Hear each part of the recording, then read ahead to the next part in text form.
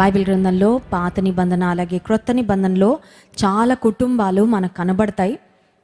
కుటుంబాల పేర్లు, కుటుంబాలలో ఉన్న యజమానులు అలాగే భార్యాభర్తల పేర్లు కనబడతాయి. కొన్ని కుటుంబాల్లో అయితే దేవుడు భార్యాభర్తల పేర్లు మాత్రమే కాదు, వారి బిడ్డల పేర్లు కూడా వ్రాయించారు.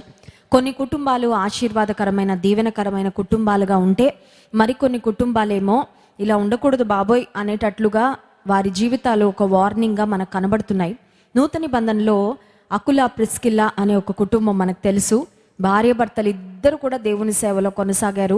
భార్యాభర్తలు ఇద్దరు కూడా తమ ఇంటిని దేవుని సేవకుడైన పౌలు కొరకు తెరిచి వారు ఏం చెప్పారంటే, పౌలు భక్తుడా, మీరు మా ఇంటికి ఎప్పుడైనా రావచ్చు, మీరు మా ఇంట్లో ఉండి ఎంతైనా పరిచర్య చేయొచ్చు, మీకు కావలసినవన్నీ మేము చూసుకుంటామని దేవుని సేవకుడు అనుకూలమైన పరిస్థితుల్లో పరిచర్య చేయడానికి కావలసినట్లుగా వారి గృహాన్ని తెరిచిన ఒక చక్కని కప్పులుగా మనం చూస్తున్నాం.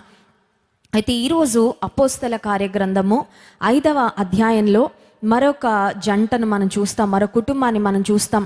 వీరు మాత్రం ఖచ్చితంగా మాదిరికరమైన కుటుంబం కాదు. వారి జీవితంలో జరిగిన సంఘటన ఒకటి మనం ధ్యానం చేసుకుందాం. అపోస్తల కార్యగ్రంథము 5వ అధ్యాయము 1వ వచనం నుండి కొన్ని వచనాలు అందరం కలిసి చదువుకుందాం. Acts chapter 5 from verse 1. అననీయ అనే ఒక మనుష్యుడు తన భార్య అయిన సపీరాతో ఏకమై పొలం అమ్మెను. భార్య ఎరుకనే వాడు దాని వెలలో కొంత దాచుకొని కొంత తెచ్చి అపోస్తలుల పాదముల యొద్ద పెట్టెను. అప్పుడు పేతురు, అననీయ, నీ భూమి వెలలో కొంత దాచుకొని పరిశుద్ధాత్మను మోసపుచ్చుటకు సాతాను ఎందుకు నీ హృదయమును ప్రేరేపించెను?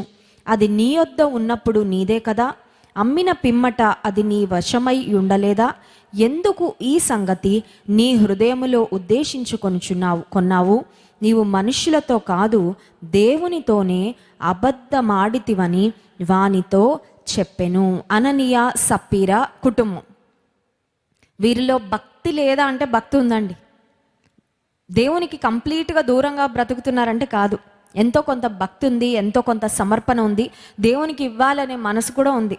చాలాసార్లు ఇక్కడే ప్రమాదం వస్తుంది. నేను దేవునికి అంత దూరంగా లేను కదా, కొంచెమే దూరంగా ఉన్నాను.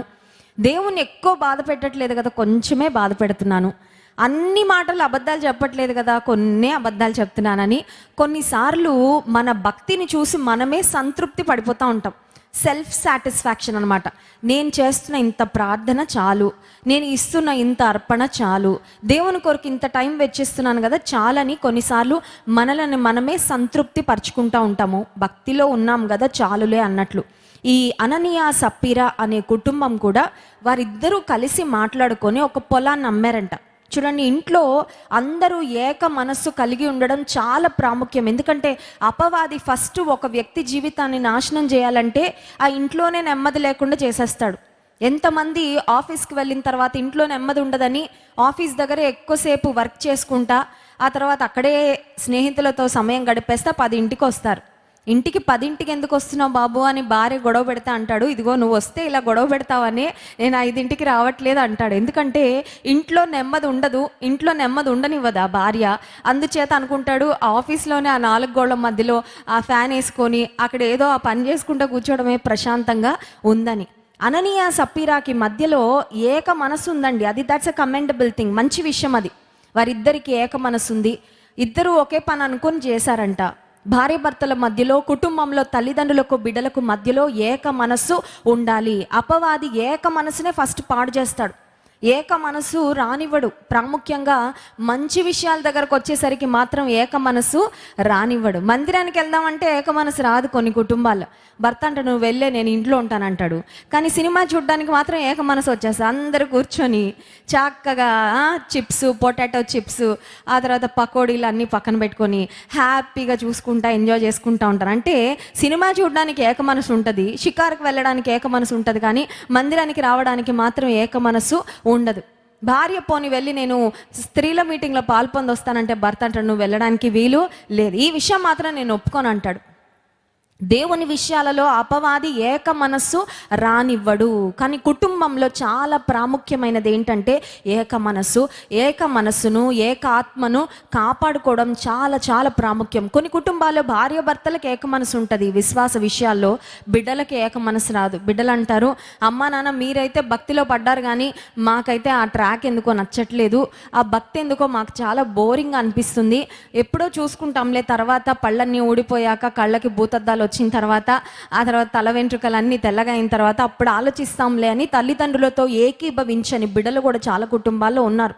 సో ఉపవాస ప్రార్థనకు వచ్చిన మనము దేనికోసం ప్రార్థన చేయాలంటే దైవిక విషయాలలో కుటుంబంలో ఉన్న వాళ్ళందరికీ ఏక మనస్సు ఇవ్వు ప్రభువా, నా భర్తకి నాకు ఏక మనస్సు ఇవ్వు, నాకు నా బిడ్డలకు ఏక మనస్సు ఇవ్వు, నీ విషయాలలో ఏక మనస్సుతో మేము ముందుకు వెళ్ళాలి. సహోదరులు ఐక్యత కలిగి నివసించుట ఎంత మేలు, ఎంత మనోహరము. హల్లెలూయా. ఐక్యత ఎక్కడ ఉంటుందో దేవుడు అక్కడ ఉంటాడండి. ఐక్యత ఎక్కడ ఉండదో అక్కడ సాతాను ఉంటాడు. Simple logic. ఐక్యత ఎక్కడ ఉంటే అక్కడ దేవుడు ఉంటాడు. అది నీ ఫ్యామిలీ చిన్న ఫ్యామిలీ అవ్వచ్చు, పెద్ద ఫ్యామిలీ అవ్వచ్చు. పెద్ద ఫ్యామిలీ అయ్యేసరికి ఐక్యత ఇంకా పెద్ద కాంప్లికేటెడ్ అయిపోద్ది కదండి. ఎందుకంటే ఒకరు రైట్ అంటారు, లెఫ్ట్ అంటారు, ఇంకొకరు సౌత్ అంటే ఇంకొకరు నార్త్ అంటారు. మాటలు కలవు, అభిప్రాయాలు కలవు. ఎవరికి వాళ్ళే బాస్లా ఫీల్ అయిపోతూ ఉంటారు, ఎవరికి వాళ్ళే డైరెక్షన్ ఇచ్చేయాలనుకుంటారు. Too many cooks spoil the dish అన్నట్టు 10 మంది వంటగాళ్ళు వచ్చి గిన్నెల్లో చేయబెట్టి తిప్పేస్తే ఆ కర్రీ వంట అంతా పెంట అయిపోద్దంట కదండి. అందుచేత కుటుంబ జీవితంలో కుటుంబ నాయకత్వానికి ఒక విధేయత కలిగి ఉండి ఏక మనసుతో ముందుకు వెళ్ళడం చాలా ప్రాముఖ్యం. ఒకవేళ మన కుటుంబాలలో ఏక మనసు లేకపోతే అయ్యో లేదండి లేదండి లేదండి లేదండి అని బాధపడతానే ఏమీ చేయరండి. ఇప్పుడు ఇల్లు అంతా చెల్లా చెదురుగా ఉంది, ఇల్లు నీట్గా లేదు నీట్గా లేదు నీట్గా లేదు నీట్గా లేదని 10 సార్లు చెప్తే ఇల్లు నీట్గా అవుతుందా? ఏం చేయాలి? సర్దాల, అంతేనా? నా కుటుంబంలో ఏక మనసు లేదండి, ఏక మనసు లేదండి, ఏక మనసు లేదండి, మా పిల్లలు మా మాట వినట్లేదండి, లేకపోతే నా భర్త ఈ విషయాలు ఏకీభవించట్లేదండి, అన్ని విషయాల్లో ప్రతి చిన్న మాట గొడవ వచ్చేస్తుందండి. ఏక మనసు లేదండి అంటే లేదండి లేదండి లేదండి అని నువ్వు అనుకోవడం కాదు, బాధపడడం కాదు, 10 మందికి చెప్పుకోవడం కాదు, ఫోన్ తీసుకొని వాళ్ళకి వీళ్ళకి చెప్పడం కాదు. దేవా ఏక మనసు ఇవ్వని ప్రార్థన చేయాలి. హల్లెలూయా. ప్రార్థనే ప్రతి సమస్యకు పరిష్కారం. ప్రార్థనతో పరిష్కరించుకోలేని సమస్య ఏదీ లేదు. హల్లెలూయా. నీ శత్రువును కూడా నీకు మిత్రులుగా చేసేది ప్రార్థనే. హల్లెలూయా. శత్రువులకి మిత్రులుగా చేసుకోవడానికి పులస చేప కూర వండి చక్కర్లేదండి. కొంతమంది చూడండి, అధికారులను మచ్చి చేసుకోవడానికి ఇప్పుడు పులస చేపలు వస్తున్నాయి కదండి. మాకు కూడా నిన్న ఒకళ్ళు పులస చేప చేసి పంపించారు చాలా ప్రేమతో. పులస చేప అంటే చాలా కాస్ట్లీ, మనకు తెలుసు కదా. పులస చేప టేస్ట్ కోసం అంట పుస్తులు కూడా అమ్మేసుకుంటారంట కొంతమంది, ఆస్తులు కూడా అమ్మేసుకుంటారంట. అది టేస్ట్ చూడాలి ఎంత బాగుంటుందో అని. మీరందరూ మా ఇంటికి వస్తామనద్దు, ఎందుకంటే కొంచెమే ఉంది, మీ అందరికీ పెట్టడానికి లేదు కాబట్టి. సరే, ఏదేమైనప్పటికీ కుటుంబ జీవితంలో ఏక మనస్సు అవసరము. ఏక మనస్సు లేకపోతే ఏక మనస్సు కొరకు దేవుని సన్నిధిలో ప్రార్థన చేయాలి. ప్రార్థనతో వంగని వ్యక్తులు అంటూ ఎవరు ఉండరు. ఒకవేళ పై అధికారిని మచ్చిక చేసుకోవడానికి నువ్వు పులస చేప తీసుకెళ్ళి ఇవ్వడమో లేకపోతే ఇంకేదో లంచం ఇవ్వడమో కాదు. ఆ టైం వేస్ట్ చేయకుండా, ఆ డబ్బును అలా వేస్ట్ చేయకుండా దేవుని సన్నిధిలో వచ్చి ప్రార్థన చేయి. దేవుని సన్నిధిలో నువ్వు లోకంలో ఖర్చు పెట్టే డబ్బు ఆయన సన్నిధిలో కానుకివ్వు, నీకు దేవుడు నీ పనంతా చేసి పెడతాడు. హల్లెలూయా. చాలామంది చెప్పే మాట ఏంటంటే మా రికమెండేషన్ దేవుడేనండి, మా కొరకు రికమెండేషన్ చేయడానికి కూడా ఎవరు లేరు. చాలామందికి ఎమ్మెల్యేలు తెలుసు, ఎంపీలు తెలుసు, మంత్రులు తెలుసు, వాళ్ళు వీళ్ళని వెళ్ళి వాళ్ళు రికమెండేషన్ అడిగి చేయించుకున్నారండి. నాకైతే అలాంటి పలుకుబడి కానీ అలాంటి కాంటాక్ట్స్ కానీ ఏమీ లేవండి. దేవుని సన్నిధిలో ప్రార్థన చేసాం, దేవుడే మాకు రికమెండేషన్ చేశాడు, దేవుడే పలానా ట్రాన్స్ఫర్ ఇచ్చారు, దేవుడే పలానా ప్రమోషన్ ఇచ్చారు. దేవునికే మహిమ కలుగునుగాక. హల్లెలూయా. ఈ కుటుంబానికి ఏక మనస్సు ఉంది, సంతోషం. కానీ ఏ విషయంలో ఏక మనసు ఉందంటే తప్పు చేయడంలో ఏక మనసు ఉంది, అది మాత్రం మంచి విషయం కాదు. కొంతమంది ఏక మనసు ఉండాలని ఇంక అన్నిటికీ ఏక మనసే. దొంగతనం చేయమంటే ఓకే అండి ఏక మనసు, అర్థమవుతుందండి. దొంగతనం చేయమని ఒకవేళ ఎవరైనా చెప్తే ఏకీభవించాలండి, ఏకీభవించకూడదు. దేవునికి ఇష్టం లేని పని ఏదైనా చేయమని చెప్తే ఏకీభవించేయాల్సిందేనా? ఏకీభవించకూడదు. వీళ్ళిద్దరూ ఒకే మాట మీద నిలబడి అబద్ధము చెప్పారంట. అబద్ధాలు చెప్పాలి అనే శోధన ఎప్పుడైనా వచ్చిందా ఎప్పుడైనా? మిమ్మల్ని చేయొత్తామని అడగనులేండి, ఎందుకంటే బ్యాడ్ ఫీల్ అవుతారు కదా. చిచ్చి ఇలాంటి వాటికి చెయ్యి ఎత్తితే మళ్ళీ ఏమనుకుంటారో, నేను ఎన్ని అబద్ధాలు చెప్పేశాను అనుకుంటారో అని అడగట్లేదు. కానీ అది మనల్ని మనం వేసుకోవాల్సిన ప్రశ్న. అబద్ధం చెప్పమని అపవాది ఎప్పుడైనా ప్రేరేపిస్తాడు. అపవాది అబద్ధాలు చెప్పమని ప్రేరేపిస్తాడు. కొంతమంది అనుకుంటారు వైట్ లైస్ అని అంటారండి. తెల్ల అబద్ధం అంటే దానివల్ల ఎవరికి పెద్ద కష్టం రాదన్నమాట. ఏముందండి, చెప్పేశాను, ఇంకా పరిస్థితి అలా వచ్చింది కాబట్టి ఇంకా అలా చెప్పాల్సి వచ్చిందండి, ఇంకా నాకు వేరే ఆప్షన్ లేదు. ఈ భార్య భర్తలు, అననీయ సప్పీరా అనే ఈ భార్య భర్తలు ఏకీభవించి అబద్ధం ఆడారు. ఎవరితో అబద్ధం ఆడారంటే పేతురుతో అబద్ధం ఆడినట్లుగా మనం గమనిస్తున్నాం. చూడండి 2వ వచనంలో, భార్య ఎరుకనేవాడు దాని వెలలో కొంత దాచుకొని కొంత తెచ్చి అపోస్తలుల పాదముల యొద్ద పెట్టెను. అప్పుడు పేతురు, అననీయ, నీ భూమి వెలలో కొంత దాచుకొని పరిశుద్ధాత్మను మోసపుచ్చుటకు సాతాను ఎందుకు నీ హృదయమును ప్రేరేపించెను? అపోస్తలుల పాదముల వద్ద ధనం తీసుకొచ్చి పెట్టి, మేము అమ్మిన పొలానికి వచ్చిన ధనమంతా ఇదే అని మాట చెప్పారు. ధనమంతా ఇదే అని చెప్పకపోయినా ఇబ్బంది ఏమీ లేదండి, మేము అమ్మాము, దేవునికి కొంత భాగం తెచ్చిచ్చాము అని చెప్పుంటే సరిపోయేది. కానీ చేసిన పని ఒకటి, చెప్తున్నది మరి ఒకటి. అబద్ధాలు ఆడడం చాలా చాలా సులువు కదండి. ఏమన్నా ఖర్చు అవుతుందా?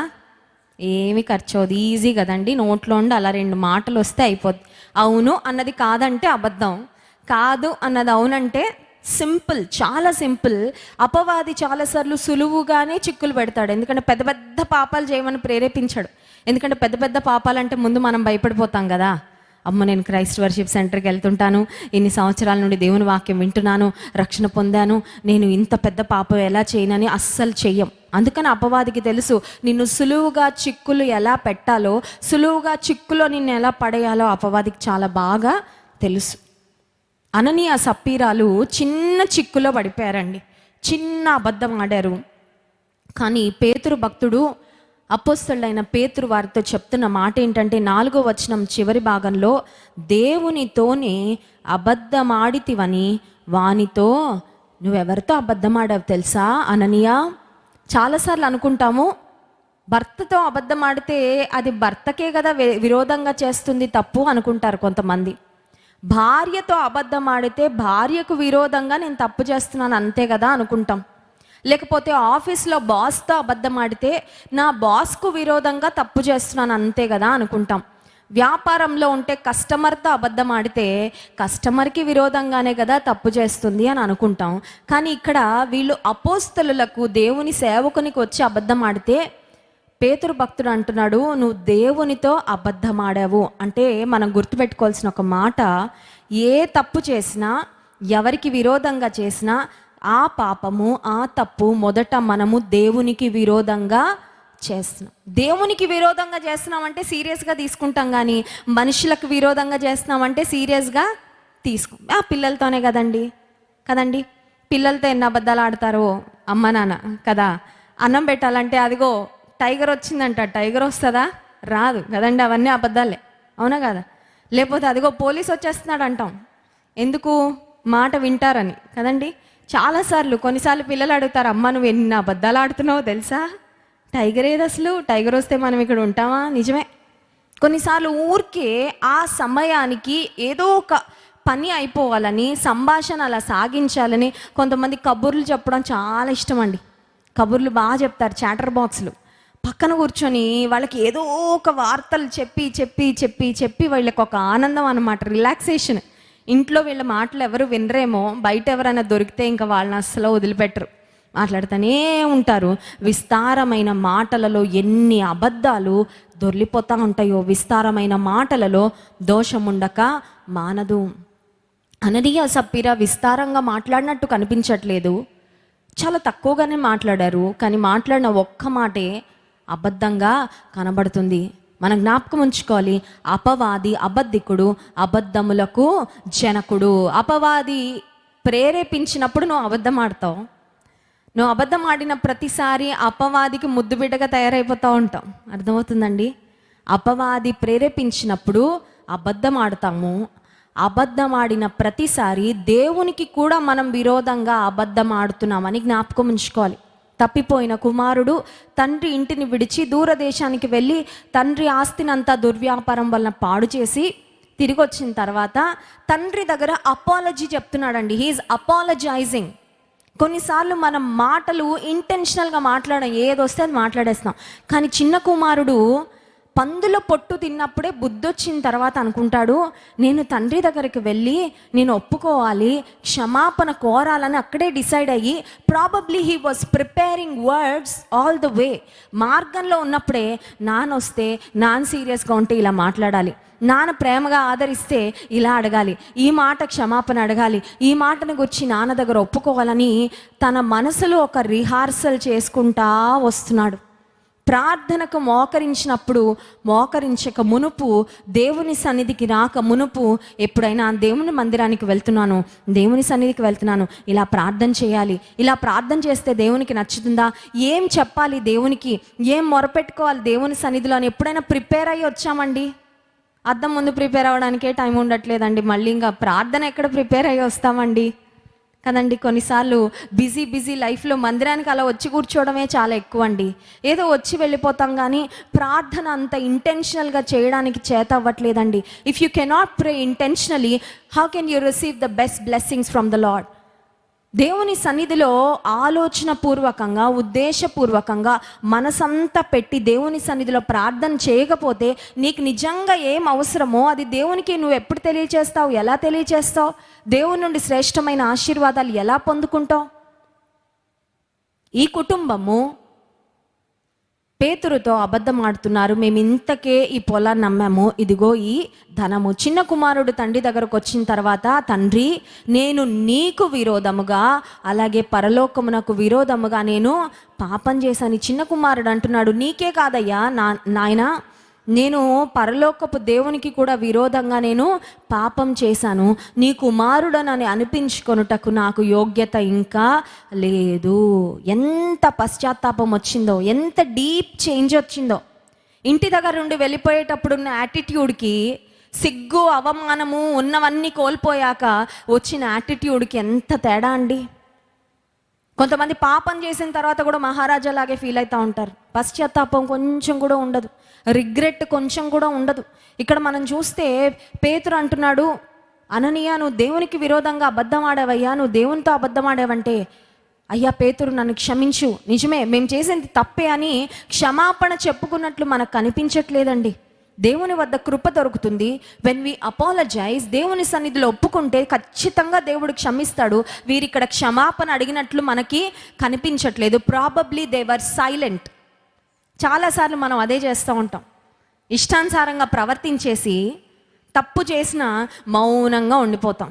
నేను ఎందుకు మాట్లాడడంలే అనవసరంగా, నేను సారీ చెప్తే ఇప్పుడు నేను తక్కువ అయిపోతాను కదా, సారీ చెప్తే నేను తప్పు చేసినట్లు అంగీకరించినట్లు కదా, నేను క్షమాపణ చెప్పను. సారీ అనే మాట అసలు నా డిక్షనరీలోనే లేదు. నా డిక్షనరీలో ఉందండి సారీ అనే మాట, మీ డిక్షనరీలో ఉందా? సారీ అనే మాట ఉందా? కొన్నిసార్లు కోపంతో పిల్లల్ని కొట్టేసిన తర్వాత తల్లిదండ్రులు పిల్లల్ని మళ్ళీ ప్రేమగా దగ్గర తీసుకోరండి. అయ్యో నాకు చాలా కోపం వచ్చింది నాన్న ఇందాక, అందుకే నేను కొట్టేశాను, కానీ నువ్వు ఇంకా అలా చేయకూడదు అంటే మా పిల్లల్ని చాలా షాక్గా చూస్తారు నన్ను. మమ్మీకి నిజంగా ఇంత ప్రేమ ఉందా మేమంటే? తప్పు చేసినప్పుడు పనిష్ చేయడానికి అన్ని రైట్స్ ఉన్నప్పటికీ, బట్ వెన్ దే క్రై, కొన్నిసార్లు నేను చెప్తాను ఐఎమ్ సో సారీ. సారీ ఎవరు చెప్పగలుగుతారంటే తగ్గింపు ఉన్నవాళ్ళు చెప్పగలుగుతారండి. దీన మనసు ఉన్న వాళ్ళు మాత్రమే చెప్పగలుగుతారు. ఎప్పుడైనా చెప్పావా ఆ మాట? అననీయ సప్పీరా క్షమాపణ అడగలేకపోయారు, అందుకే పతనమైపోయారు. క్షమాపణ కోరుకునే మనసు వాళ్ళకి లేనే లేదు. మోసం చేసేసాం అంతే, అయిపోయింది, గప్చెప్. ఈ మ్యాటర్ ఎవరికి తెలియదు అనుకున్నారు.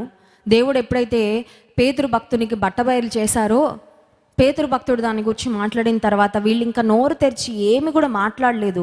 ఆ తర్వాత 5వ వచనం, అననీయ ఈ మాటలు వినుచునే పడి ప్రాణము విడువగా వినిన వారికి అందరికీ మిగుల భయము కలిగాను. People were terrified. అమ్మో, దేవుని తీర్పులు ఇంత భయంకరంగా ఉంటాయా? కొన్నిసార్లు దేవుని దీర్ఘశాంతాన్ని చాలా అలుసుగా తీసుకుంటాం. దేవుని దీర్ఘశాంతాన్ని చాలా అలుసుగా ఇన్ని సంవత్సరాల నుండి ఇష్టానుసారంగా బ్రతుకుతున్నా దేవుడు ఏమి చేయలేదుగా, ఏమి చేయలేడేమోలేండి దేవుడు నన్ను అనుకుంటారు కొంతమంది. కొన్నిసార్లు చూడండి, దొంగ పట్టబడేదాకా దొంగతనాలు చేస్తూనే ఉంటాడంట కదండి. ఇంకా వాడికి అదొక సరదా అనమాట. చేయకపోతే నిద్ర పట్టదు. ఈజీ మనీకి అలవాటు పడిపోయిన వాళ్ళు అది చేయకపోతే వాళ్ళు ఉండలేరు అన్నమాట. పట్టుబడేదాకా, జైల్లో కూర్చునేదాకా, దెబ్బలు తినేదాకా, అవమానం పొందేదాకా, వాడు చేసిన పాపం బట్టబయలయ్యేదాకా చేస్తూనే ఉంటాడు. పాపం విషయంలో చాలామంది దేవుడు చూసి చూడనట్లున్నాడులే, దేవుడు ఏమనట్లేదు, దేవుడు చాలా దయగా నాతో వ్యవహరిస్తున్నాడని అదే తప్పు, అదే పొరపాటు మళ్ళీ మళ్ళీ మళ్ళీ మళ్ళీ కొనసాగిస్తూ ఉంటే ఒకరోజు వస్తుంది, ఒక సమయం వస్తుంది, దేవుడు ఒకవేళ తన కోపాన్ని చూపిస్తాడేమో. బైబిల్లో ఉంది దేవునికి కూడా కోపం వస్తుందని. వస్తుందా రాదా? ఆయన కోపం వస్తుందంట, కానీ ఆ కోపం ఒక్క నిమిషమే ఉంటుందంట. హల్లెలూయా. ఆయన కోపం నిమిషం మాత్రం ఉండును, ఆయన దయ మాత్రం ఆయుష్కాలం అంతా నిలుచును. కానీ ఆ నిమిషం కోపం కూడా తెప్పించకూడదు దేవునికి. ఆయన ఎందు భయభక్తులు కలిగిన వారు ఆయన జాలికి కృపకే అర్హులుగా బ్రతకాలి తప్ప ఆయన కోపాన్ని మాత్రం ఎప్పుడు రేపే వారముగా మనము ఉండడానికి వీల్లేదు. ఆ తర్వాత ఏం జరిగిందంటే 7వ వచనం, ఇంచుమించు 3 గంటల సేపటికి వాని భార్య జరిగినది ఎరుగక లోపలికి వచ్చెను. అప్పుడు పేతురు, మీరు ఆ భూమిని ఇంతకే అమ్మితిరా, నాతో చెప్పుమని ఆమెను అడిగెను. ఇప్పుడు పేతురు అనుకుంటున్నాడు భర్త అబద్ధం ఆడాడు, ప్రాబబ్లీ ఈమె కొంచెం భక్తి కలిగిందేమో. చూడండి, కొన్ని కుటుంబాల్లో భర్తలు అవిశ్వాసులుగా ఉన్న భార్యలకి కొంచెం భక్తి విశ్వాసం ఉంటుందండి. పేతురు అనుకుంటున్నాడు ఈమెకు ఒక అవకాశం ఇద్దాం నిజం చెప్పడానికి. దేవుడు కూడా యథార్థంగా బ్రతకడానికి ఒక అవకాశం ఇస్తాడండి. కొంతమంది మరణ పంచుల వరకు వెళ్ళిపోయి కరోనా టైంలో మళ్ళీ బ్రతికారు. వాళ్ళకి దేవుడు ఏమిచ్చాడు తెలుసా? సెకండ్ ఛాన్స్ ఇచ్చాడు, రెండో ఛాన్స్ ఇచ్చాడు. ఎందుకంటే ఇప్పటిదాకా బ్రతకలేదు నాయన నా కోసం, ఇప్పటి నుంచైనా బ్రతుకుతావా?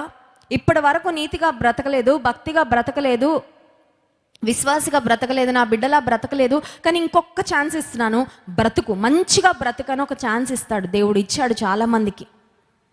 సప్పీరాకి దేవుడు ఒక ఛాన్స్ ఇచ్చాడండి. పేతురు అడుగుతున్నాడు, వాళ్ళ భర్తకి ఏం జరిగింది అవేం చెప్పలేదు. అప్పటికి సెల్ ఫోన్లు ఉంటే న్యూస్ వెళ్ళిపోయి ఉండేది, వేరేలా ఉండేదేమో. అప్పుడు సెల్ ఫోన్ యుగము, ప్రపంచం కాదు. So probably she didn't know what happen to her husband. ఆమె భర్తకి ఏం జరిగిందో బహుశా ఆమెకు తెలియకపోవచ్చు. వచ్చిన తర్వాత పేతురు అడుగుతున్నాడు, మీరు ఎంతకు అమ్మారమ్మా, ఇంతకే అమ్మారా అంటే భార్య అయినా ఆలోచించి ఉండాలి. నా భర్త అబద్ధం చెప్పాడు, భర్త మాట కాదని లేక ఏకీభవించాను, కానీ దైవ సేవకుడు ఎదురుగా నిలబడి మాట్లాడుతుంటే నేను ఎలా అబద్ధం ఆడనని, లేదు పేతురు మేము ఇంతకే అమ్మాము, మేము ఇంకా కొంత ధనాన్ని ఇంటి దగ్గర దాచుకున్నాము అని చెప్పుంటే బాగుండేది. ఈమె మాట ఏంటంటే 8వ వచనం చివరి భాగం, అందుకు ఆమె అవును ఇంతకే అని చెప్పెను. 9వ వచనం, అందుకు పేతురు, ప్రభు యొక్క ఆత్మను శోధించుటకు మీరెందుకు ఏకీభవించిరి? ఇదిగో నీ పెనిమిటిని పాతిపెట్టిన వారి పాదములు వాకిటనే ఉన్నవి, వారు నిన్నును మోసుకొని పోదురని ఆమెతో చెప్పెను. వెంటనే ఆమె అతని పాదముల యొద్ద పడి ప్రాణము విడిచెను. ఆ పడుచు వారు లోపలికి వచ్చి ఆమె చనిపోయినది చూచి ఆమెను మోసుకొని పోయి ఆమె పెనిమిటి యొద్ద పాతిపెట్టారు. భార్య భర్తలు పిల్లలు ఉన్నారో లేదో తెలియదు, కానీ ఒక్కరోజే చనిపోవడం ఎంత విషాదం అండి. ఒక్క మనిషి చనిపోతేనే నెత్తి నోరు బాదుకుంటారు, గుండెలు బాదుకుంటారు కుటుంబీకులందరూ, అయ్యో ఇంత భయంకరమైన పరిస్థితి అని. భార్య భర్తలు ఇద్దరు ఒకే రోజు కొన్ని గంటల వ్యవధిలో తమ ప్రాణాలు కోల్పోయారు అంటే అర్థం ఏంటంటే ఇద్దరిలో దేవుని యందు భయభక్తులు లేవు. ఇంకొక ప్రాముఖ్యమైన మాట ఏంటంటే దేవునితో అబద్ధం ఆడిన అనుభవము. దేవునితో ఎప్పుడైనా అబద్ధం ఆడావా? కొన్ని సంవత్సరాల క్రితం మన సంఘంలోనే జరిగిన ఒక సంఘటన. ఒక సహోదరి ఆదివారం మందిరానికి రాలేదు. ఆ రోజు షాపింగ్కి వెళ్ళిందో తెలీదు, లేకపోతే పార్టీకి వెళ్ళిందో తెలీదు, లేకపోతే పెళ్ళికి వెళ్ళిందో తెలీదు. ఆదివారం ఆవిడ మందిరానికి రాలేదని ఆత్మీయ తండ్రి గారు గమనించి, ఆత్మీయ తండ్రి గారికి ఒక మంచి అలవాటు ఉంటుందండి, చాలా వరకు అవకాశం ఉన్నంత వరకు, సమయం ఉన్నంత వరకు ప్రతి ఇంటిని దర్శిస్తారు. ఎవరైనా మందిరానికి రాకపోతే వారికి ఆ వారంలో ఫోన్ చేస్తారు. సరే, దైవజనులు ఆమె మందిరానికి రాలేదని గమనించి ఆమెకు ఫోన్ చేశారంట. అమ్మా, నువ్వు ఆదివారం మందిరంలో కనిపించలేదు, ఏమైంది అంటే ఆమె చెప్పిందంట, పాస్టర్ గారు రెడీగా ఉంటాయి కదండి అబద్ధాలు, కడుపు నొప్పి వచ్చేసిందండి, చాలా కడుపు నొప్పి వచ్చేసిందండి, అందుచేత నేను మందిరానికి రాలేకపోయానంటే పాస్టర్ గారు అన్నారంట, నీ కొరకు ప్రార్థన చేస్తానమ్మా, నీ కడుపు నొప్పి తగ్గిపోవాలని అని చెప్పి పెట్టేశారు ఫోను పెట్టిన మరుక్షణము నుండి మాకు రియల్ కడుపు నొప్పి స్టార్ట్ అయింది. ఇది నిజంగా జరిగిన సంఘటన అండి. ఆంటీ ఎవరో మరి నాకైతే తెలియదు, ఎందుకంటే మా పెళ్ళికి ముందు అయింది. అయితే కడుపు నొప్పి మొదలయ్యి, మామూలు కడుపు నొప్పి కాదు, అది కడుపుని ఇలా పిండేసినట్టుందంట. ఆవిడ ఏం చేసినా తగ్గట్లేదు, మంచం మీద పడుకొని దొర్లాడుతుందంట, కింద పడుకొని దొర్లాడుతుంది, తగ్గట్లేదు. ఏసయ్యా, వెంటనే ఎవరు గుర్తొస్తారండి? ఏసయ్యా ఈ నొప్పి తగ్గించయ్యా, ఏసయ్యా నేను తట్టుకోలేకపోతున్నాను, ఈ కడుపు నొప్పి నుండి విడుదల చేయని ప్రార్థన చేస్తుంటే దేవుడు అంటున్నాడంట, నువ్వు దైవజనునితో ఏం చెప్పావు? What did you say? అబద్ధం ఆడావు కాబట్టి నీకు ఇది శిక్ష, దిస్ ఇస్ అ పనిష్మెంట్. వెళ్ళి దైవ సేవకుని దగ్గర ఒప్పుకో. అమ్మో నా పరువు పోతుందయ్యా, అయితే కడుపు నొప్పితో పడు. మరి లేదయ్యా వెళ్తాను, నా వల్ల కావట్లేదు. ఆమె మల్లికార్జున నగర్లోనే ఉండేది. పరుగున మందిరానికి వచ్చి, పాస్టర్ గారు ఏంటమ్మా వచ్చారు? మీతో అబద్ధం ఆడానండి, ఆదివారం రోజు పలానా పెళ్ళి ఉందండి, మా బంధువులు పెళ్ళి, మందిరాన్ని ఎగ్గొట్టేసి పెళ్ళికి వెళ్ళిపోయాను. అలా చెప్తే మీరు కోప్పడతారని దైవజనులు చాలా కరెక్ట్గా చెప్తారు కదండి. ఆదివారము దేవుని దినం. Sunday is not a shopping day, Sunday is not a resting day, Sunday is not a relaxing day, Sunday is not a celebration day. ఆదివారం పండుగలు, పబ్బాలు, పెళ్ళిళ్ళు, షాపింగ్లు, ఇంటి పనులు, వంట పనులు, వీటికి కాదు ప్రాధాన్యత. ఆదివారం అంటే దేవుని సన్నిధికే ప్రాధాన్యత. మీరు ఎప్పుడు చెప్తా ఉంటారు, నేను ఎక్కడ పెళ్ళికి వెళ్ళానంటే కోప్పడతారో అని అబద్ధం చెప్పాను, భయంకరమైన కడుపు నొప్పితో బాధపడుతున్నానంటే దైవజనులు ప్రార్థన చేసిన తర్వాత, ఆమె ఒప్పుకున్న తర్వాత ఆమెకు వెంటనే దేవుడు విడుదల ఇచ్చారు. హల్లెలూయా. ఎందుకే మాట చెప్తున్నానంటే, అబద్ధమాడి ప్రాణం మీదకి తెచ్చుకున్న అననీయ, సప్పీరా, నువ్వు ఎప్పుడైనా దేవునితో అబద్ధం ఆడావా? నువ్వు ఎప్పుడైనా దేవుని సన్నిధిలో అబద్ధాలు చెప్పావా? దేవునికి ఆయనకు అన్నీ తెలుసు. నీ తోటి వారితో అబద్ధాలు ఆడావా? కొంతమంది ఫేక్ సర్టిఫికేట్లు పెట్టి ఉద్యోగాలు తెచ్చుకుంటారండి. దేవుడు నచ్చడు, ఖచ్చితంగా నచ్చడు. ఉద్యోగానికి అప్లై చేస్తున్నప్పుడు ఒకవేళ చదువులో కనుక కొంచెం గ్యాప్ వచ్చిందంటే, చదువు అయిపోయిన తర్వాత ఉద్యోగ ప్రయత్నాలకు 2 సంవత్సరాలు పడితే ఫేక్ సర్టిఫికేట్ పెడతారు. ఏమని తెలుసా? 2 సంవత్సరాలు పలానా కంపెనీలో ఉద్యోగం చేశానని. కొన్ని కంపెనీలు ఉంటాయి ఫేక్ కంపెనీలు, వాళ్ళు ఇంత డబ్బులని కట్టేస్తే సర్టిఫికేట్ ఇచ్చేస్తారు, అది పెట్టేస్తారండి. పెట్టేసి ఉద్యోగం తెచ్చేసుకుంటారు. ఉద్యోగానికి వెళ్ళిన తర్వాత పనిచేయడం రాదు, ఏమీ రాదు, ఎందుకంటే అనుభవం లేదు కదా. అబద్ధం ద్వారా వారు ఉద్యోగంలో ప్రవేశించారు, దానివల్ల చాలా నష్టం తెచ్చుకుంటారు. దేవుని చిత్తం నువ్వు సక్రమమైన మార్గంలో బాగుపడాలి తప్ప అక్రమమైన మార్గంలో కానే కాదు. హల్లెలూయా. అబద్ధమాడి పైకి రావడం దేవుని చిత్తం కాదు, నువ్వు యథార్థంగా ఉండి పైకి రావడం దేవుని చిత్తం. హల్లెలూయా. నువ్వు మోసం చేసి ఇతరులను నువ్వు డబ్బు సంపాదించడం గొప్ప కాదు, న్యాయంగా నువ్వు డబ్బు సంపాదిస్తే, దేవునికి ఇష్టమైన విధానంలో డబ్బు సంపాదిస్తే అది ఆశీర్వాదం. హల్లెలూయా. అననీయ సప్పీరా అనుకున్న డబ్బు దాచుకుందామని ప్రాణం కోల్పోయారండి. ఒకడు లోకమంతా సంపాదించుకొని తన ప్రాణంను పోగొట్టుకుంటే ఎన్ని లక్షలు దాచుకున్నారో, ఎన్ని కోట్లు అయితే దాచుకొని ఉండరులేండి. ప్రాబబ్లీ థౌజండ్స్ ఆఫ్ రూపీస్, మహా అయితే కొన్ని లక్షలు దాచుకుంటారు. వారి ప్రాణం విలువ ఎంత? ప్రాణం పోయిన తర్వాత డబ్బు ఉండి ఏం చేసుకుంటారండి? చాలాసార్లు అపవాదం అంటాడు, నీకు డబ్బే ప్రాణం, నీకు డబ్బే సర్వస్వం, డబ్బుంటే చాలు, నీకు దేవుడు అక్కర్లేదు అంటాడు అపవాది. వీళ్ళు కూడా దేవుని కంటే ఎక్కువ డబ్బును ప్రేమించారు. ఒకవేళ అపోస్తల దగ్గరికి వెళ్ళి యథార్థంగా, మాకు పలానా ఖర్చులు ఉన్నాయి పేతురు, కొంత ధనం మా కొరకు ఉంచుకుంటున్నామయ్యా అంటే, ఒకవేళ దైవజనుడు ఏమని ఉండేవాడు కాదేమో. అబద్ధమాడి పరిశుద్ధాత్మను మోసగించి గొప్ప నష్టాన్ని వారి జీవితంలో పొందుకున్నారు. ఈ శుక్రవారం ఉపవాస ప్రార్థనలో మనం ఆడిన అబద్ధాలు మనకు తెలుసా తెలీదా? ఎదుటి వాళ్ళకి కనిపెట్టకపోవచ్చు, ఎదుటి వాళ్ళకి డౌట్ రాకుండా చాలా నీట్గా కవర్ చేసేసి ఉండొచ్చు కదండి.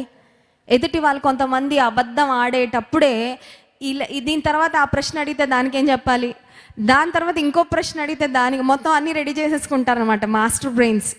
దేవుడిచ్చిన జ్ఞానాన్ని, తెలివితేటల్ని పాపం చేయడానికి చాలా బాగా వినియోగించేసుకుంటూ ఉంటారు. దేవుడు మనకిచ్చిన ఆలోచన శక్తి, జ్ఞానం మోసం చేయడానికి, అబద్ధాలు ఆడడానికి కాదండి, నీతిగా భక్తిగా బ్రతకడానికి. హల్లెలూయా. ఈ ఉపవాస ప్రార్థనకు వచ్చిన మనం అడుగుదాం, ప్రభా నాకు నా కుటుంబంలో ఏక మనస్సును దయచేయి. ఏక మనసుతో నీ విషయాల్లో మేము ముందుకు వెళ్ళాలి కానీ వెనక్కి వెళ్ళకూడదు. విశ్వాసంలో వెనక్కి వెళ్ళే విషయాల్లో మాకు ఏక మనసు వద్దు. నిన్ను బాధ పెట్టే విషయంలో మాకు ఏక మనసు వద్దు. అబద్ధమాడే విషయంలో ఏక మనసు వద్దు. మోసగించే విషయంలో ఏక మనసు వద్దు. కానీ నిన్ను గనపరిచే విషయంలో మాకు ఏక మనసు ఇవ్వు. నిన్ను హెచ్చించే విషయంలో మాకు ఏక మనసు ఇవ్వు. నీ కొరకు సాగిపోయే విషయంలో మాకు ఏక మనసు ఇవ్వు. అట్టి కృప దేవుడు మనకి దయచేయను గాక. ఆమేన్. కళ్ళు మూసుకోండి, ప్రార్థన చేసుకుందాం. పరిశుద్ధుడా, మహోన్నతుడా, గొప్ప దేవానికి స్తోత్రాలు.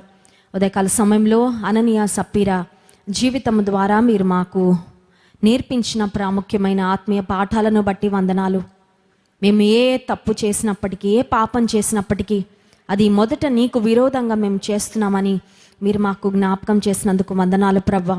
నీ ఎదుట పాపము చేయకుండా నిర్దోషులంగా నిష్కల్మషులముగా ఉండే కృపను మాకు దయచేయమని కోరుకుంటున్నామయ్యా. మా కుటుంబాలలో ఏక మనస్సునివ్వండి. సంఘములో నీ పరిచర్లో మేము ముందుకు వెళ్తున్నప్పుడు ఏక మనస్సు ఇవ్వండి. అపవాది కలుగ చేసే ప్రతి డిస్టర్బెన్స్ను తొలగించండి అయ్యా. సమాధానము కలిగి ఏక మనసుతో ఏకాత్మతో నిన్ను ఆరాధిస్తూ నిన్ను సేవిస్తూ ముందుకు వెళ్ళడానికి నీ కృప మాకు దయచేయమని, మేమెక్కడ అబద్ధమాడి, మేమెక్కడ మోసపూరితంగా మాట్లాడి నిన్ను ఆయాసపరిచామో ప్రభా, నీ సన్నిధిలో క్షమాపణ కోరుకుంటున్నాము. నీ వద్ద తప్పు ఒప్పుకొనిన వారికి కృప దొరుకుతుంది, క్షమాపణ దొరుకుతుంది కనుక నీకు వందనాలు చెల్లించుకుంటూ మిమ్మల్ని ఆరాధించి స్తుతించబోతుండగా ఆరాధన ఆత్మతో మమ్మల్ని నింపుమని యేసు నామమున ప్రార్థిస్తున్నాం తండ్రి. ఆమేన్.